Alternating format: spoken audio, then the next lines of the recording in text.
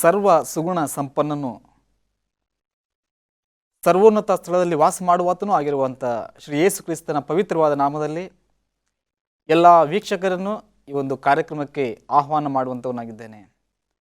ಕರ್ತನಲ್ಲಿ ಪ್ರಿಯರೇ, ದೇವರ ಮಹಾನ್ ಕೃಪೆಯಿಂದಾಗಿ ಇಲ್ಲಿವರೆಗೆ ಆತನು ಕಾಯ್ದು ಕಾಪು ನಡೆಸಿದ್ದಾನೆ. ಮತ್ತೊಂದು ಆವರ್ತಿ ಆತನ ವಾಕ್ಯವನ್ನು ಧ್ಯಾನಿಸುವಂಥ ಒಂದು ಅವಕಾಶವನ್ನು ದೇವರು ನಮಗೆ ಒದಗಿಸಿಕೊಟ್ಟಿದ್ದಾರೆ. ಅದಕ್ಕಾಗಿ ತಂದೆಯಾದ ದೇವರಿಗೆ ಸ್ತೋತ್ರಗಳನ್ನು ಸಲ್ಲಿಸುವಂತನಾಗಿದ್ದೇನೆ. ಇವತ್ತಿನ ಈ ಒಂದು ವಾಕ್ಯದ ಧ್ಯಾನವನ್ನು ನಾವು ಆರಂಭಿಸುವ ಹಾಗೆ ಪ್ರಾರ್ಥನೆ ಮಾಡಿಕೊಂಡು ನಾವು ಮುಂದಿನ ಒಂದು ಧ್ಯಾನಕ್ಕೆ ಹೋಗೋಣ, ಪ್ರಾರ್ಥಿಸಿಕೊಳ್ಳೋಣ. ಪರಲೋಕದಲ್ಲಿ ವಾಸ ಮಾಡುವ ನಮ್ಮ ತಂದೆ, ಆತ್ಮನ ಸಹಾಯಕ್ಕಾಗಿ ಬೇಡ್ತಾ ಇದ್ದೇವೆ. ನಮ್ಮನ್ನು ನಾವು ತಗ್ಗಿಸಿಕೊಳ್ತಾ ಇದ್ದೇವೆ. ನಮ್ಮ ಅಪರಾಧ ದೋಷ ಪಾಪಗಳನ್ನು ಮನ್ನಿಸಿ ವಾಕ್ಯವನ್ನು ನಮಗೆ ಅರ್ಥ ಮಾಡಿಸಿರಿ. ಯೇಸು ನಾಮದಲ್ಲಿ ಬೇಡುತ್ತೇವೆ ತಂದೆ, ಆಮೆನ್. ಇವತ್ತಿನ ವಾಕ್ಯದ ಧ್ಯಾನವನ್ನು ನಾವು ಆರಂಭಿಸುವಂಥ ಈ ಒಂದು ಸಂದರ್ಭದಲ್ಲಿ ನಾವು ಕಲಿಯಲು ಹೋಗುವಂಥ ಒಂದು ವಾಕ್ಯ ಶಿರೋನಾಮೆಯು ಕಾಳಜಿಯುಳ್ಳ ಕುರುಬ. ಕಾಳಜಿಯುಳ್ಳ ಕುರುಬ ಎಂಬುವಂಥ ಅಂಶದ ಮೇಲೆ ನಾವು ವಾಕ್ಯವನ್ನು ಇವತ್ತು ಕಲಿತಾ ಇದ್ದೇವೆ. ಇಂದಿನವರೆಗೆ ಅನೇಕ ಆಧ್ಯಾತ್ಮಿಕ ಪಾಠಗಳನ್ನು ಕಲಿಸುವಂಥ ವಾಕ್ಯಗಳನ್ನು ನಾವು ಆಲಿಸಿದ್ದೇವೆ. ಸರ್ವಶಕ್ತನ ಇಹಲೋಕದ ಜೀವನ ಎನ್ನುವಂಥ ಈ ಒಂದು ಶೀರ್ಷಿಕೆ ಅಡಿಯಲ್ಲಿ ಬರುವಂಥ ಅನೇಕ ವಾಕ್ಯಗಳನ್ನು ನಾವು ಆಲಿಸಿದ್ದೇವೆ. ಇವತ್ತು ಸಹ ಯೇಸು ಕ್ರಿಸ್ತನ ಇಹಲೋಕದ ಜೀವನದ ಪಯಣದಲ್ಲಿ ಆತನು ಎದುರಿಸಿರ್ತಕ್ಕಂಥ ಅನೇಕ ಸವಾಲುಗಳಿಂದ ನಾವು ಕಲಿಯಬೇಕಾಗಿರ್ತಕ್ಕಂಥ ಮಹತ್ತರವಾದ ಆಧ್ಯಾತ್ಮಿಕ ಚೈತನ್ಯವನ್ನು ನೀಡುವಂಥ ಪಾಠಗಳನ್ನು ನಾವು ಇವತ್ತು ಕಲಿಯೋಣ.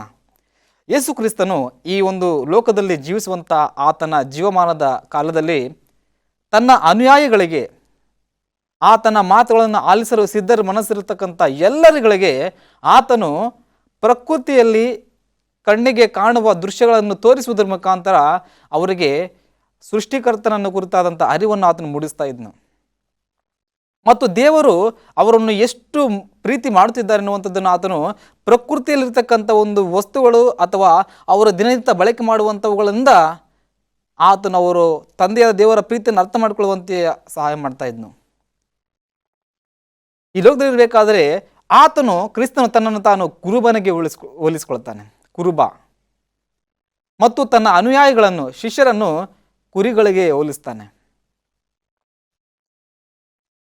ಯೋಹಾನ ಬರೆದ ಸುವಾರ್ತೆಯಲ್ಲಿ 10ನೇ ಅಧ್ಯಾಯದ 14ನೇ ವಚನದಲ್ಲಿ ಈ ರೀತಿ ಕ್ರಿಸ್ತನು ತಿಳಿಸ್ತಾನೆ. ಯೋಹಾನನ ಬರೆದ ಸುವಾರ್ತೆಯಲ್ಲಿನ 10ನೇ ಅಧ್ಯಾಯ 14ನೇ ವಚನ, ನಾನೇ ಒಳ್ಳೆಯ ಕುರುಬನು, ತಂದೆಯು ನಾನು ತಂದೆಯನ್ನು ತಿಳಿದಿರುವಂತೆಯೇ ನಾನು ನನ್ನ ಕುರಿಗಳನ್ನು ತಿಳಿದಿದ್ದೇನೆ, ನನ್ನ ಕುರಿಗಳು ನನ್ನನ್ನು ತಿಳಿದವೆ ಮತ್ತು ಕುರಿಗಳಿಗೋಸ್ಕರ ನನ್ನ ಪ್ರಾಣವನ್ನು ಕೊಡುತ್ತೇನೆ ಎಂಬುದಾಗಿ ಆತನು ತಿಳಿಸಿರ್ತಕ್ಕಂಥದ್ದು. ನಾನೇ ಒಳ್ಳೆಯ ಕುರುಬನು. ಒಳ್ಳೆಯ ಕುರುಬನು ಎಂದು ತನ್ನನ್ನು ತಾನು ಆತನನ್ನು ಕುರಿತಾಗಿ ತಿಳಿಸುವಂಥ ಒಂದು ಮತ್ತು ಒಳ್ಳೆಯ ಕುರುಬನು ತನ್ನ ಕುರಿಗಳಿಗಾಗಿ ಪ್ರಾಣವನ್ನು ನೀಡುತ್ತಾನೆ ಎಂದು ಹೇಳುವುದರಲ್ಲಿ ಅದು ಆಳವಾದ ಅರ್ಥವು ಅಲ್ಲಿ ಇರುವಂಥದ್ದನ್ನು ನಾವು ಗಮನಿಸಬೇಕಾಗಿದೆ. ಅಂದಿನ ಯೇಸು ಕ್ರಿಸ್ತನು ವಾಸಿಸ್ತಿರುವಂಥ ಆ ಪ್ರದೇಶದಲ್ಲಿನ ಅಂದಿನ ಪ್ರಸ್ತುತ ಸಮಾಜದಲ್ಲಿ ಜನರು ಕುರಿ ಕಾಯುವುದರಲ್ಲಿ ತೊಡಗಿರ್ತಕ್ಕಂಥದ್ದು. ಅಂದಿನ ಆ ಕುರಿ ಕಾಯುವಂಥ ಕುರುಬರು ಏನು ಮಾಡ್ತಾ ಇದ್ರು ಅಂತಂದರೆ, ಅವರು ಅತ್ಯಾಸಕ್ತಿ ಉಳ್ಳವರಾಗಿ ತಮ್ಮ ಜವಾಬ್ದಾರಿಕೆಯನ್ನು ನೆರವೇರಿಸುವಂಥವರಾಗಿದ್ದರು. ಯೇಸು ಕ್ರಿಸ್ತನು ಇನ್ನೇನೋ ಈ ಲೋಕದ ತನ್ನ ಭೂಯಾತ್ರೆಯನ್ನು ಮುಗಿಸಿಕೊಂಡು ಆತನ ಪರಲೋಕ ಆರೋಹಣನಾಗಬೇಕಾಗಿತ್ತು. ತನ್ನ ಶಿಷ್ಯರುಗಳನ್ನು ಆತನ ಬಿಟ್ಟು ಆತನು ಹೋಗಬೇಕಾಗಿರ್ತಕ್ಕಂಥ ಸಂದರ್ಭ. ಅದಕ್ಕೆ ಆತನು ತನ್ನ ಶಿಷ್ಯರುಗಳಿಗೆ, ನಾನು ನಿಮ್ಮನ್ನು ಅಗಲಿ ಹೋಗ್ತಾ ಇದ್ದೇನೆ, ಆದ್ದರಿಂದ ನಾನು ನಿಮ್ಮನ್ನು ಅಗಲಿ ಹೋದರೂ ನಾನು ನಿಮ್ಮೊಂದಿಗೆ ಇರುತ್ತೇನೆ ಎನ್ನುವಂಥದ್ದನ್ನು ಅವರು ನೆನಪಿಸಿಕೊಳ್ಳುವುದಕ್ಕಾಗಿ ಒಂದು ದೃಶ್ಯ ರೂಪದಲ್ಲಿ, ಈಗಿನ ಕಾಲದಲ್ಲಿ ಪವರ್ ಪಾಯಿಂಟ್ ಪ್ರೆಸೆಂಟೇಷನ್ ಅಂತ ಹೇಳ್ತೀವಿ, ದೃಶ್ಯಗಳನ್ನು ತೋರಿಸಿ ಅನೇಕರಿಗೆ ವಾಕ್ಯ ಹೇಳುವುದು. ಯೇಸು ಕ್ರಿಸ್ತನ ವಾಸ್ತವಕ್ಕೆ ಅಂದಿನ ಕಾಲದಲ್ಲೇ ಆತನು ಪವರ್ ಪಾಯಿಂಟ್ ಪ್ರೆಸೆಂಟೇಷನ್ ಮಾಡಿದ್ದಾನೆ. ಅಂದರೆ ದೃಶ್ಯಗಳನ್ನು, ಪ್ರಕೃತಿಯಲ್ಲಿ ವಾಸ್ತವಿಕತೆಯ ಜೀವನದಲ್ಲಿ ನಡೆಯುವಂಥವುಗಳನ್ನು ತೋರಿಸಿ ಆತನು ಆಧ್ಯಾತ್ಮಿಕ ಸತ್ಯಗಳನ್ನು ಆತನು ತಿಳಿಸಿದ್ದಾನೆ. ಕುರಿಗಳು ಅಂತಂದರೆ ಅವರು ದಿನನಿತ್ಯ ನೋಡ್ತಾ ಇದ್ರು, ಕುರುಬರು ನೋಡ್ತಾ ಇದ್ರು. ಕುರುಬನು ನೋಡುವಂಥದ್ದನ್ನು ಅವರು ಕಣ್ಣಾರೆ ಕಂಡಿದ್ದರು. ಎಂಥ ಒಬ್ಬ ಕುರುಬ ಏನು ಮಾಡ್ತಾ ಇದ್ದಂತಂದರೆ, ಅವರು ಕುರುಬನನ್ನು ಕಂಡಾಗೆಲ್ಲ ಆತನ ಗುರುವನ್ನು ನೆನೆಸ್ಕೊಳ್ತಿದ್ದರು, ಯೇಸು ಕ್ರಿಸ್ತನನ್ನು. ಕ್ರಿಸ್ತನು ತಮ್ಮೊಂದಿಗೆ ಇದ್ದು ಹೇಳಿರ್ತಕ್ಕಂಥ ಮಾತುಗಳನ್ನು ಅವರು ನೆನೆಸ್ಕೊಳ್ಬೇಕಾಗಿತ್ತು. ಆತನು ಅದಕ್ಕೆ ನಾನೇ ಒಳ್ಳೆಯ ಕುರುಬ ಎಂಬುದಾಗಿ ಆತನು ತಿಳಿಸ್ತಾನೆ. ಆ ಸ್ಥಳದಲ್ಲಿ ಇದ್ದಿರ್ತಕ್ಕಂಥ ಕುರುಬರು ರಾತ್ರಿಯಲ್ಲಿ ಬೆಟ್ಟ ಗುಡ್ಡಗಳಲ್ಲಿ ಅವರು ತಂಗಿದ್ದು ಕುರಿಗಳೊಂದಿಗೆ ಇದ್ದು ಅವುಗಳನ್ನು ಮತ್ತೆ ಮೇಯಿಸುವಂಥ ಸಂದರ್ಭದಲ್ಲಿ ಹಸಿರು ಹುಲ್ಲು ಗಾವಲಿರ್ತಕ್ಕಂಥ ಆ ಸ್ಥಳಗಳ ಕಡೆಗೆ ಆ ಕುರಿಗಳನ್ನು ಅವರು ನಡೆಸ್ತಾ ಇದ್ರು. ಕುರಿಗಳನ್ನು ಕಾಯುವಂಥ ಕುರುಬರು ಅತ್ಯಾಸಕ್ತಿಯಿಂದ ಕುರಿಗಳನ್ನು ಕಾಯುತ್ತಾ ಇದ್ರು. ಮತ್ತು ಆ ಕುರುಬರುಗಳು ರಾತ್ರಿಯ ವೇಳೆಯಲ್ಲಿ ಕುರಿಗಳಿಗೆ ಬರುವಂಥ ಅಪಾಯ, ಕಳ್ಳರಿಂದ ಮತ್ತು ಕಾಡು ಪ್ರಾಣಿಗಳಿಂದ ಅವುಗಳಿಗೆ ಒದಗುವಂಥ ಅಪಾಯದಿಂದ ಅವರು ಎಚ್ಚರಿಕೆಯಿಂದ ಕಾಯ್ದು ತಪ್ಪಿಸುತ್ತಾ ಇದ್ದರು ಅಂದಿನ ಕುರುಬರು.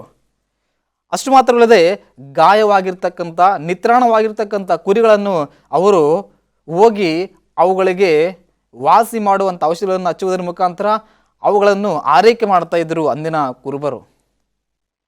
ಮತ್ತು ಅವುಗಳನ್ನು ಯಾವುದಾದ್ರೂ ನಿತ್ರಾಣವಾಗಿದ್ದರೆ, ಗಾಯವಾಗಿದ್ದರೆ ಅವುಗಳನ್ನು ಕೈಗಳಲ್ಲಿ ತೆಗೆದುಕೊಂಡು ಎದೆಗೆ ಅಪ್ಪಿಕೊಂಡು ಅವುಗಳನ್ನು ಎತ್ತಿಕೊಂಡು ಬರ್ತಾ ಇದ್ದರು ಅಂದಿನ ಕುರುಬರು. ಇವೆಲ್ಲ ದೃಶ್ಯಗಳನ್ನು ಅಲ್ಲಿರ್ತಕ್ಕಂಥ ಜನಗಳು ಕಂಡಿದ್ದರು. ಕುರುಬನ ಕಾಳಜಿ ಎಷ್ಟು ಇತ್ತು ಕುರಿಗಳನ್ನು ಕುರಿತಾಗಿ ಎಂಬುದಾಗಿ ಅವರು ಮನವರಿಕೆ ಮಾಡಿಕೊಳ್ತಿದ್ದರು. ಅಷ್ಟು ಮಾತ್ರವಲ್ಲದೆ ಎಷ್ಟೇ ಕುರಿಗಳಿದ್ದರೂ ಕುರುಬನಿಗೆ ಆಯಾ ಕುರಿಗಳನ್ನು ಕುರಿತಾಗಿ ಚೆನ್ನಾಗಿ ಗೊತ್ತಿತ್ತು. ಕುರಿಗಳಂದರೆ ಒಂದು ಸಮೂಹವಿರ್ತದೆ, ಒಂದು ಮಂದೆ. ಅಷ್ಟಿದ್ದರೂ ಸಹ ಕುರುಬನಿಗೆ ಈ ಕುರಿ ಇದೆ ಅಂತೇಳಿ, ಈ ಕುರಿಗೆ ಏನಾಗಿದೆ, ಒಂದು ವೇಳೆ ಒಂದು ಕುರಿ ತಪ್ಪಿ ಹೋಯ್ತಂದರೆ ಅದು ತಪ್ಪಿ ಹೋಗಿದೆ ಅಂತೇಳಿ ಕಂಡುಕೊಳ್ತಿದ್ದ. ಪ್ರತಿಯೊಂದು ಕುರಿಯನ್ನು ಕುರಿತು ವ್ಯಕ್ತಿಗತವಾಗಿ, ಇಂಡಿವಿಜುವಲ್ ಅಂತೇನು ಹೇಳ್ತೀವಿ, ವ್ಯಕ್ತಿಗತವಾಗಿ ಕುರುಬನಿಗೆ ಗೊತ್ತಿತ್ತು. ಇಂದೂ ಸಹ ಆ ಕ್ರಿಸ್ತನು ನಮ್ಮನ್ನು, ಅಂದರೆ ಆತನ ಅನುಯಾಯಿಗಳನ್ನು ಆತನು ಬಲ್ಲಾತನಾಗಿದ್ದಾನೆ. ವ್ಯಕ್ತಿಗತವಾಗಿ ಈ ಜಗತ್ತಿನಲ್ಲಿ ಕೋಟ್ಯಾನುಕೋಟಿ ಜನಸಂಖ್ಯೆಯ ಇರತಕ್ಕಂಥ ಈ ಒಂದು ಜಗತ್ತಿನಲ್ಲಿ ದೇವರು ಯಾವ ರೀತಿ ನೋಡ್ತಾರಂತೆ, ಆತನನ್ನು ನಂಬಿರ್ತಕ್ಕಂಥ, ಆತನನ್ನು ಆರಾಧಿಸುವಂಥ ಆತನ ಮಕ್ಕಳನ್ನು, ಯೇಸು ಕ್ರಿಸ್ತನು ಆತನನ್ನು ಹಿಂಬಾಲಿಸುವಂಥವ್ರುಗಳಿಗೆ ಯಾವ ರೀತಿ ನೋಡ್ತಾನೆ ಅಂತಂದರೆ, ವಾಕ್ಯದಲ್ಲಿ ಆತನು ತಿಳಿಸುವಂಥ ಒಂದು ವಿಷಯಗಳು, ನನ್ನ ಕುರಿಗಳಿಗಾಗಿ ನಾನು ಪ್ರಾಣವನ್ನು ನೀಡುತ್ತೇನೆ ಎಂಬುವಂಥದ್ದು. ಅಂದರೆ ಒಬ್ಬ ವ್ಯಕ್ತಿ ಈ ಲೋಕದಲ್ಲಿ ಯಾರೂ ಇಲ್ಲ, ನೀವೊಬ್ಬರೇ ಇದ್ದೀರಿ ಎಂಬುವಂತೆ ಆತನು ಪ್ರೀತಿ ಮಾಡ್ತಾನಂತೆ. ಜಗತ್ತಿನಲ್ಲಿ ಕೋಟ್ಯಾನುಕೋಟಿ ಜನಸಂಖ್ಯೆ ಇದ್ದರೂ ಸಹ ನೀವೊಬ್ಬರೇ ಈ ಲೋಕದಲ್ಲಿ ಇದ್ದೀರಿ ಎನ್ನುವಂತೆ ವ್ಯಕ್ತಿಗತವಾಗಿ ಒಬ್ಬೊಬ್ಬರನ್ನು ಆ ರೀತಿಯಾಗಿ ಕಾಳಜಿಯಿಂದ ಆತನು ಪ್ರೀತಿ ಮಾಡ್ತಾನಂತೆ. ಎಷ್ಟು ಆಶ್ಚರ್ಯವನ್ನು ಮೂಡಿಸುವಂಥ ಸಂಗತಿ ಇದು. ಅದಕ್ಕೆ ಆತನು ಹೇಳ್ತಾನೆ, ನಾನೇ ಒಳ್ಳೆಯ ಕುರುಬ. ಸಾಮಾನ್ಯ ಕುರುಬ ಅಲ್ಲ, ಕಾಳಜಿಯುಳ್ಳ ಕುರುಬ. ತನ್ನ ಕುರಿಗಳನ್ನು ಬಲ್ಲಾತನಾಗಿದ್ದಾನೆ. ಆತನು ಹೇಳಿದ್ದಾನೆ ಆ ವಾಕ್ಯದಲ್ಲಿ, ನಾನು ನನ್ನ ಕುರಿಗಳನ್ನು ಬಲ್ಲೆನು ಮತ್ತು ನನ್ನ ಕುರಿಗಳು ನನ್ನ ಸ್ವರಕ್ಕೆ ಕಿವಿಗೊಡುತ್ತವೆ ಎಂಬುವಂಥ ಒಂದು ವಿಷಯಗಳು. ಅಷ್ಟು ಮಾತ್ರವಲ್ಲದೆ ಯೇಸು ಕ್ರಿಸ್ತನು ಈ ಲೋಕದಲ್ಲಿ ಇರುವಂಥ ಆ ಸಂದರ್ಭದಲ್ಲಿ ಈ ಕುರಿಗಳ ವಿಚಾರ ಮತ್ತು ಕುರುಬನ ವಿಚಾರದಲ್ಲಿ ಹೇಳುವಂಥ ಒಂದು ಸಂದರ್ಭದಲ್ಲಿ ಆತನು ಇನ್ನೊಂದು ವಿಷಯವನ್ನು ತಿಳಿಸ್ತಾನೆ. ಅಂದಿನ ಕಾಲದ ಆ ಕುರಿಗಳನ್ನು ಕಾಯುವಂಥ ಸಂದರ್ಭದಲ್ಲಿ ಅನೇಕರು ಕುರಿಗಳನ್ನು ಕಾಯುವಾಗ, ಕುರಿಗಳಿಗೆ ಅಪಾಯವು ಬರುವಾಗ, ಕುರಿಗಳನ್ನು ಕದ್ದುಕೊಂಡು ಹೋಗ್ಲಿಕ್ಕೆ ಕಳ್ಳರು ಬರುವಂಥ ಸಮಯದಲ್ಲಿ ಆ ಕುರಿಗಳನ್ನು ಕಾಪಾಡುವುದಕ್ಕೆ ಕುರುಬರು ಹೋಗುವಾಗ ಆ ಕಳ್ಳರು ಕುರುಬರನ್ನು ಸಾಯಿಸಿದ್ದೂ ಉಂಟು, ಸಾಯಿಸ್ತಿದ್ರು. ಅಂದರೆ ಅವರ ಪ್ರಾಣವನ್ನು ಮುಡಿಪಾಗಿಟ್ಟಾದರೂ ಸಹ ಕುರಿಗಳನ್ನು ಏನು ಮಾಡ್ತಾ ಇದ್ದಾರೆ ಅಂದರೆ ಕಾಯುತ್ತಿದ್ರು, ರಕ್ಷಿಸ್ತಾ ಇದ್ರು. ಹೀಗೆ ಕ್ರಿಸ್ತನು ಸಹ ತನ್ನ ಸ್ವಪ್ರಾಣವನ್ನೇ ಆ ಕಲ್ವಾರಿ ಶಿಲುಬೆಯಲ್ಲಿ ನಮಗಾಗಿ ಅರ್ಪಿಸುವುದರ ಮುಖಾಂತರ ಆತ ನಮ್ಮನ್ನು ರಕ್ಷಿಸಬೇಕಾಗಿತ್ತು, ರಕ್ಷಿಸುತ್ತಾನೆ. ಅದಕ್ಕೆ ಹೇಳ್ತಾನೆ, ಒಳ್ಳೆಯ ಕುರುಬನು ತನ್ನ ಕುರಿಗಳಿಗೆ ಪ್ರಾಣವನ್ನು ಅರ್ಪಿಸ್ತಾನೆ ಎಂಬುದಾಗಿ. ಒಂದು ಕುರಿಮರಿ ಏನಾದರೂ ತಪ್ಪಿ ಹೋಗಿದೆಯಾದರೆ ಕುರುಬನು ರಾತ್ರೋರಾತ್ರಿ ಆತನು ಎದ್ದು ಹಗಲು ರಾತ್ರಿ ಅನ್ನದೆ, ಮಳೆ ಗಾಳಿ ಏನು ಅನ್ನದೆ, ಗುಡ್ಡ ಗಾಡುಗಳ ಪ್ರದೇಶಗಾದರೂ ಆತನು ಹೋಗಿ ಹುಡುಕಿ ಆತನ ಕಷ್ಟಪಟ್ಟು ಹುಡುಕಿ ಆ ಕಳೆದು ಹೋಗಿರ್ತಕ್ಕಂಥ ಕುರಿಯನ್ನು ಕಂಡುಕೊಂಡು ಆದ ನಂತರ ಬಂದು ಆತನ ಒಂದು ಬಂಧು ಬಳಗದೊಂದಿಗೆ, ಸ್ನೇಹಿತರೊಂದಿಗೆ ಆತನು ಹರ್ಷದಿಂದ ಸಂತೋಷದಿಂದ ಸಂಭ್ರಮಿಸುತ್ತಿದ್ದನು. ಅದನ್ನು ಮತ್ತೆ ಲೂಕನ ಬರೆದ ಸುವಾರ್ತೆ 15ನೇ ಅಧ್ಯಾಯದ 4-7 ವಚನಗಳಲ್ಲಿ ನಾವು ಅದನ್ನು ಕಾಣುವಂಥವರಾಗಿದ್ದೇವೆ. ಅದೇ ರೀತಿಯಲ್ಲಿ ಯೇಸು ಕ್ರಿಸ್ತನು ಸಹ ಈ ಲೋಕದಲ್ಲಿ ಕಳೆದು ಹೋಗಿರ್ತಕ್ಕಂಥ ಅಥವಾ ಕೆಟ್ಟು ಹೋಗಿರ್ತಕ್ಕಂಥ ಕುರಿಗಳೋಪದಲ್ಲಿರ್ತಕ್ಕಂಥ ಮನುಷ್ಯರನ್ನು, ಕೆಟ್ಟು ಹೋಗಿರ್ತಕ್ಕಂಥ ಆ ಒಂದು ಅಂತಂದರೆ ಅವರನ್ನು ಪಾಪದ ಗಾಯದಿಂದ ಅವರನ್ನು ವಾಸ ಮಾಡಲಿಕ್ಕಾಗಿ, ಆ ಪಾಪದ ಗಾಯ ಕಟ್ಟುವುದಕ್ಕೆ ಈ ಲೋಕಕ್ಕೆ ಆತನು ಬಂದಿದ್ದಾನೆ. ಮತ್ತಾಯನ ಬರೆದ ಸುವಾರ್ತೆಯಲ್ಲಿನ 19ನೇ ಅಧ್ಯಾಯದ 10ನೇ ವಚನದಲ್ಲಿ ಈ ರೀತಿ ಹೇಳ್ತಾನೆ, ಮನುಷ್ಯ ಕುಮಾರನು ಕಳೆದು ಹೋಗಿರುವಂಥದ್ದನ್ನು ಹುಡುಕಿ ರಕ್ಷಿಸುವುದಕ್ಕಾಗಿ ಲೋಕಕ್ಕೆ ಬಂದಿದ್ದಾನೆ. ಕಳೆದು ಹೋದ ಕುರಿಗಳೋಪಾದಿಯಲ್ಲಿ ತಂದೆಯಾದ ದೇವರಿಂದ ನಾವು ಅಗಲಿಸಲ್ಪಟ್ಟಿದ್ದೇವೆ. ನಮ್ಮ ಪಾಪಗಳು ತಂದೆಯಾದ ದೇವರಿಂದ ನಮ್ಮನ್ನು ದೂರ ಎಳೆದುಕೊಂಡು ಹೋಗಿವೆ. ಅದಕ್ಕಾಗಿ ಒಬ್ಬ ಕುರುಬನು ಕಳೆದು ಹೋಗಿರ್ತಕ್ಕಂಥ ಕುರಿಯನ್ನು ಹುಡುಕಾಟ ಮಾಡುವುದರಲ್ಲಿ ತೊಡಗಿ ಆತನು ನಿದ್ರೆಯನ್ನು ಬಿಟ್ಟು ಆಹಾರವನ್ನು ಬಿಟ್ಟು ಅದನ್ನು ಹುಡುಕುವುದರಲ್ಲಿ ತೊಡಗುತ್ತಾನೋ, ಅದರಂತೆ ಕ್ರಿಸ್ತನು ಸಹ ಈ ಲೋಕಕ್ಕೆ ಬಂದಿದ್ದಾನೆ. ಆತನ ಮಹಿಮೆಯನ್ನೇ ಆತನು ಬಿಟ್ಟು ಬಂದ. ಆತನು ನಮಗಾಗಿ ನಮ್ಮನ್ನು ರಕ್ಷಿಸುವುದಕ್ಕೆ ಈ ಲೋಕಕ್ಕೆ ಬಂದು ಅವಮಾನವನ್ನು ಹಿಂಸೆಯನ್ನು ಆತನು ತಾಳಿಕೊಂಡ. ಯಾಕೆ? ನಮ್ಮನ್ನು ರಕ್ಷಿಸುವುದಕ್ಕಾಗಿ ಆತನು ಬಂದ ಪ್ರಯುಕ್ತವಾಗಿ. ಕುರುಬನು ಕಳೆದು ಹೋಗಿರ್ತಕ್ಕಂಥ ಒಂದು ಕುರಿಯನ್ನು ಕಂಡುಕೊಂಡು ಆದ ನಂತರ ಆತನ ಕುರಿಯನ್ನು ಹುಡುಕುವುದರಲ್ಲಿ ತೊಡಗಿರುವ ಸಂದರ್ಭದಲ್ಲಿ ಬಂದ ಆಯಾಸವಾಗಲಿ ಅಥವಾ ಎದುರಿಸಿರ್ತಕ್ಕಂಥ ಸವಾಲುಗಳ ಬಗ್ಗೆ ಆತನು ಮರೆತು ಹೋಗಿಬಿಡ್ತಿದ್ದ. ಯಾಕಂದರೆ ಆತನು ಕುರಿಯನ್ನು ಕಂಡುಕೊಳ್ಳುವುದರಲ್ಲಿ ಪಟ್ಟ ಪ್ರಯಾಸಕ್ಕಿಂತ ಆ ಕುರಿಯನ್ನು ಕಳೆದು ಹೋಗಿರ್ತಕ್ಕಂಥ ಕುರಿ ಕಂಡುಕೊಂಡಿದ್ದೇನೆಂಬುದರಲ್ಲಿ ಆತನು ಹೆಚ್ಚಿನ ಸಂತೋಷ ಪಡ್ತಿದ್ದ. ಆತನ ಒಂದು ಹಿಂದಿನ ಪ್ರಯಾಸವನ್ನು ಅಥವಾ ದುಃಖವನ್ನು ಆತನು ಮರೆತು ಹೋಗ್ತಿದ್ದ. ಹಾಗೆಯೇ ಯೇಸು ಕ್ರಿಸ್ತನು ಸಹ ಒಬ್ಬ ಪಾಪಿ ಲೋಕದಲ್ಲಿ ರಕ್ಷಿಸಲ್ಪಟ್ಟರೆ ದೇವದೂತರೊಂದಿಗೆ ಆತನು ಸಂತೋಷ ಪಡುವಂಥನಾಗಿದ್ದಾನೆ. ಒಬ್ಬ ಪಾಪಿ ತನ್ನ ಒಂದು ಅಕ್ರಮ ಕಾರ್ಯಗಳಿಂದ, ಅನೈತಿಕ ಕಾರ್ಯಗಳಿಂದ, ಈ ಲೌಕಿಕವಾಗಿರ್ತಕ್ಕಂಥ ಜೀವನ ಶೈಲಿಯಿಂದ ಆತನು ಹೊರಬಂದು ತಂದೆಯಾದ ದೇವರನ್ನು ತಂದೆಯಾದ ದೇವರಿಗೆ ಆತನ ಒಂದು ಮನಸ್ಸಿನಲ್ಲಿ ಆತನ ಜೀವನದಲ್ಲಿ ಅವಕಾಶ ಕೊಟ್ಟರೆ ಕ್ರಿಸ್ತನನ್ನು ಯಾರ್ಯಾರು ಅವರ ಸ್ವಂತ ರಕ್ಷಕನಾಗಿ ಅಂಗೀಕರಿಸಿಕೊಳ್ತಾರೋ ಅವರ ವಿಷಯದಲ್ಲಿ ಪರಲೋಕದಲ್ಲಿ ಮಹಾ ಆನಂದ ಉಂಟಾಗ್ತದೆ ಎನ್ನುವಂಥ ಒಂದು ವಿಷಯಗಳು ನಮ್ಮ ವಾಕ್ಯದಲ್ಲಿ ನಾವು ಕಲಿಯುವಂಥವರಾಗಿದ್ದೇವೆ. ಯೇಸು ಕ್ರಿಸ್ತನು ಈ ಭೂಲೋಕದಲ್ಲಿರಬೇಕಾದರೆ, ಈ ಭೂಮಿಯಲ್ಲಿರಬೇಕಾದರೆ ಅನೇಕ ಅದ್ಭುತ ಮಹತ್ ಕಾರ್ಯಗಳನ್ನು ಆತನು ಮಾಡಿದ್ದಾನೆ. ಆತನು ಮಾಡಿರ್ತಕ್ಕಂಥ ಈ ಒಂದು ಅದ್ಭುತ ಕಾರ್ಯಗಳು ಏನು ತಿಳಿಸ್ತವೆ ಅಂತಂದರೆ ನಮಗೆ ಆತನು ಯಾವ ರೀತಿಯಾಗಿರ್ತಕ್ಕಂಥ ವ್ಯಕ್ತಿಯನ್ನಾದರೂ ಸಹ ಆತನು ರಕ್ಷಿಸಬಲ್ಲನು ಎಂಬುವಂಥ ವಿಷಯಗಳು ತಿಳಿಸ್ತವೆ. ಮತ್ತು ಆತನು ಅನೇಕ ರೋಗಗಳನ್ನು ನಿವಾರಣೆ ಮಾಡಿದನು. ಇದು ಏನು ತಿಳಿಸ್ತದೆ ಅಂತಂದರೆ ಆತನು ಎಂಥ ಘೋರವಾದ ಪಾಪಿಯನ್ನಾದರೂ ಸಹ ಆತನ ಪಾಪದಿಂದ ಆತನು ಬಿಡಿಸುತ್ತಾನೆ ಎನ್ನುವಂಥದ್ದನ್ನು ನಮಗೆ ತಿಳಿಸಿಕೊಡುವಂಥದ್ದಾಗಿದೆ.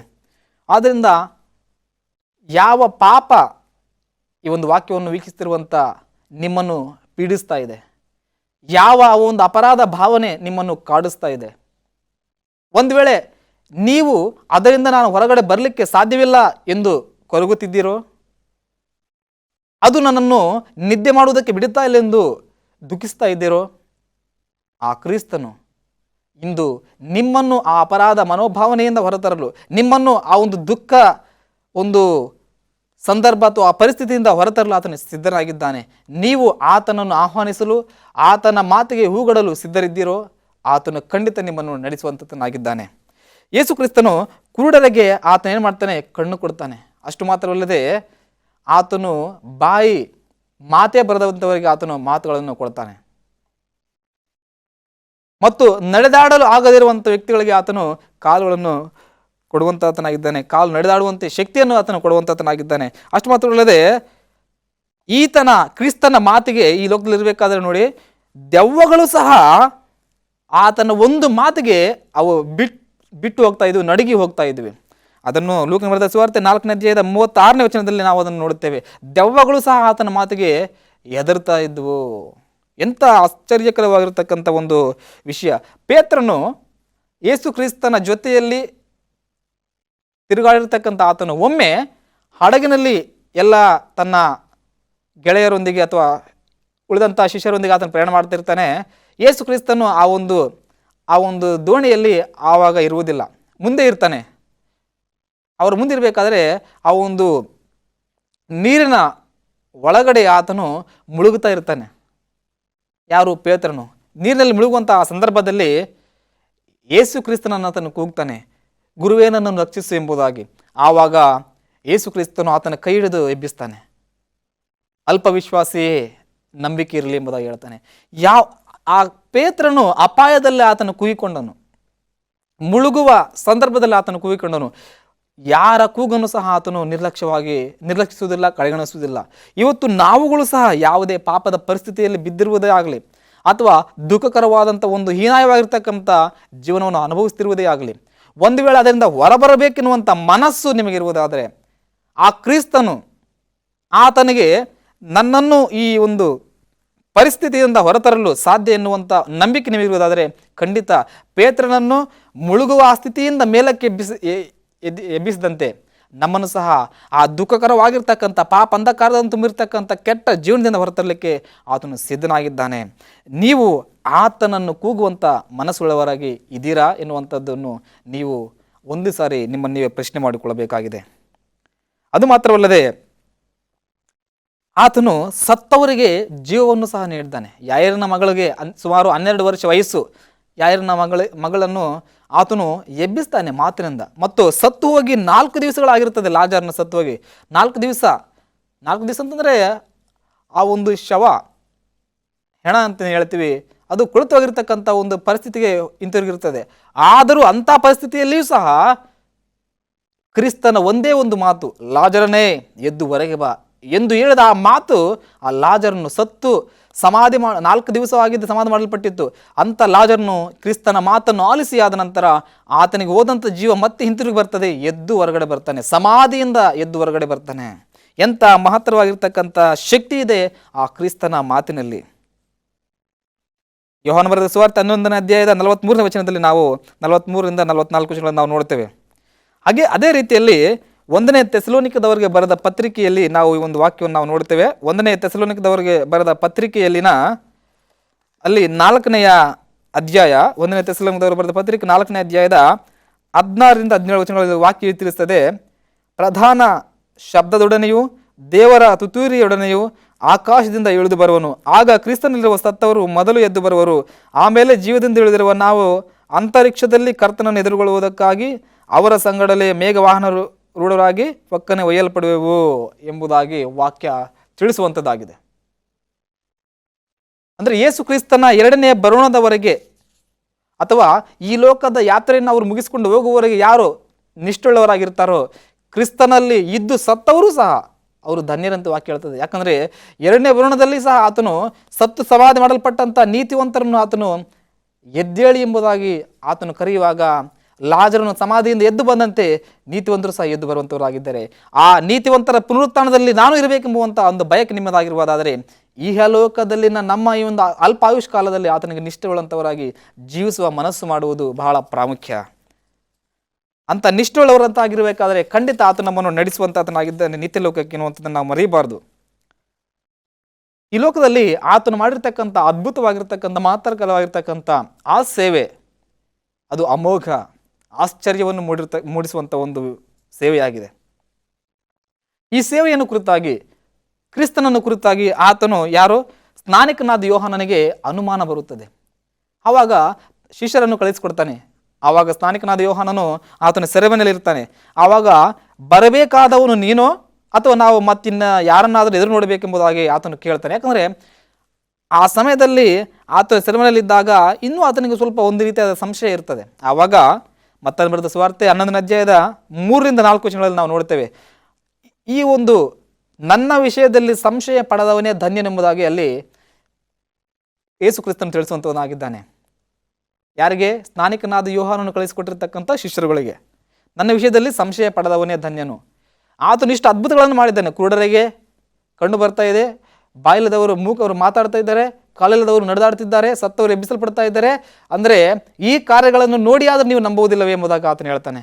ಆತನು ನನ್ನ ವಿಷಯದಲ್ಲಿ ಅನುಮಾನ ಪಡೆದವರೇ ಧನ್ಯರೆಂಬುದಾಗಿ ಹೇಳಿದ್ದು ಈ ಒಂದು ಎಲ್ಲ ಸೇವೆಯ ಕುರಿತಾಗಿ ಆತನು ಹೇಳ್ತಾನೆ.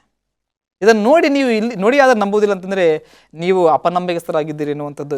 ಈ ವಾಕ್ಯವನ್ನು ಆಲಿಸಿಯೂ ಸಹ ನೀವು ನಿಮ್ಮಲ್ಲಿ ನಂಬಿಕೆ ಬರುತ್ತಾ ಇಲ್ಲ ಅಂತಂದರೆ ಖಂಡಿತ ಅನುಮಾನದಿಂದ ತುಂಬಿರ್ತಕ್ಕಂಥ ಅಥವಾ ಸೈತಾನನು ನಿಮ್ಮ ಮನಸ್ಸಿನಲ್ಲಿ ಅನುಮಾನವೆಂಬ ಗೂಡನ್ನು ಕಟ್ಟಿದ್ದಾನೆ. ಅದನ್ನು ಕಿತ್ತಿ ಬಿಸಾಡುವ ಕಾರ್ಯ ಅಥವಾ ಆಯ್ಕೆ ನಿಮ್ಮದಾಗಿದೆ. ನಂಬಿಕೆಯ ಚಿಗುರು ಒಡೆದಾಗ ಅದು ಸಸಿಯಾಗಿ ಮರವಾಗಿ ಹೆಮ್ಮರವಾಗಿ ಬೆಳೆಯಲು ಆ ಒಂದು ಹೆಮ್ಮರವಾಗಿ ಬೆಳೆದಿರ್ತಕ್ಕಂಥ ಸಂದರ್ಭದಲ್ಲಿ ನಂಬಿಕೆಯಲ್ಲಿ ಇದ್ದಾಗ ಯೇಸು ಕ್ರಿಸ್ತನು ಹೇಳಿದಂತೆ, ನನ್ನ ಈ ವಾಕ್ಯಗಳನ್ನು ಆಲಿಸಿ ಅವುಗಳಂತ ನಡೆಯುವವನು ಬಂಡೆಯ ಮೇಲೆ ಮನೆಯನ್ನು ಕಟ್ಟಿದವನಿಗೆ ಸಮಾನವಾಗಿರ್ತಾನೆ. ಅದು ಯಾವುದೇ ಮಳೆ ಬಂದರೂ ಅಥವಾ ತುಫಾನು ಬಂದರೂ ಸಹ ಏನಾಗುವುದಿಲ್ಲ, ನೀರು ಅದಕ್ಕೆ ಬೆಳೆದರೂ ಸಹ ಅದು ಬಿದ್ದೋಗುವುದಿಲ್ಲ. ಅಂದರೆ ಆಧ್ಯಾತ್ಮಿಕ ಒಂದು ನಂಬಿಕೆಯಲ್ಲಿ ದೃಢವಾಗಿದ್ದಂಥವರಿಗೆ ಈ ಲೋಕದಲ್ಲಿ ಬರುವಂಥ ಕಷ್ಟ ನಷ್ಟ ಯಾವುದೇ ಬರಲಿ, ನಿರಾಶೆ, ಇನ್ನೇನು ನಾನು ಈ ಲೋಕದಲ್ಲಿ ಪೇತ್ರನ ಹಾಗೆ ಮುಳುಗೋಗ್ತಾ ಇದ್ದಾನೆ, ನನ್ನ ಪರಿಸ್ಥಿತಿ ಇನ್ನೇನಿನ್ನು ಹದಗಟ್ಟು ಹೋಯಿತು, ನನ್ನ ಹತ್ತಿರ ಇದ್ದವರಿಗೆ ಸಹ ನನ್ನ ದುಃಖವನ್ನು ಹಂಚಿಕೊಳ್ಳಲು ಆಗುವುದಿಲ್ಲ ಎನ್ನುವಂಥ ಹೀನಾಯವಾಗಿರ್ತಕ್ಕಂಥ ಸ್ಥಿತಿಯಲ್ಲಿ ಇದ್ದರೂ ಸಹ ನಂಬಿಕೆಯು ನಮ್ಮನ್ನು ಬದುಕಿಸುತ್ತದೆ. ವಾಕ್ಯ ಹೇಳ್ತದೆ, ನೀತಿವಂತನು ನಂಬಿಕೆಯಿಂದ ಬದುಕ್ತಾನೆ. ನೀತಿವಂತನು ನಂಬಿಕೆಯಿಂದ ಬದುಕುವಂಥವನಾಗಿದ್ದಾನೆ. ಆ ನಂಬಿಕೆ ನಿಮಗಿದೆಯೇ? ಒಂದು ವೇಳೆ ನಂಬಿಕೆಯು ಇಲ್ಲ ಎನ್ನುವುದಾದರೆ ನಂಬಿಕೆಯನ್ನು ಹೆಚ್ಚಿಸುವಂತೆ ಆತನನ್ನು ಪ್ರಾರ್ಥಿಸುವುದು ಉತ್ತಮ.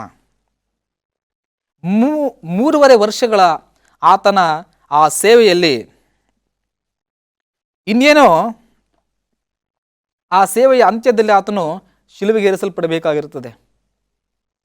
ಲೋಕದ ಜನರ ರಕ್ಷಣೆಗಾಗ ಆತನು ಕಲ್ವಾರಿ ಶಿಲುಬೆಯಲ್ಲಿ ಹಿಂಸೆಯನ್ನು ಅನುಭವಿಸಬೇಕಾಗಿರುತ್ತದೆ.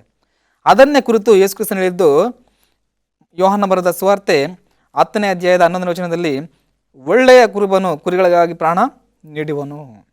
ಒಳ್ಳೆಯ ಕುರುಬನು ತನ್ನ ಕುರಿಗಳಿಗಾಗಿ ಪ್ರಾಣ ನೀಡುವುದು ಎಂಬುವಂಥ ಈ ಒಂದು ವಿಷಯ ಆತನು ಈ ಲೋಕ ಯಾತ್ರೆಯನ್ನು ಮುಗಿಸಿಕೊಂಡು ರಕ್ಷಣೆಯ ಕಾರ್ಯವನ್ನು ಸಿದ್ಧ ಮಾಡಲು ಹೋಗುವಂಥ ಆ ವಿಷಯದ ಕುರಿತಾಗಿ ಆತನು ತಿಳಿಸ್ತಾನೆ.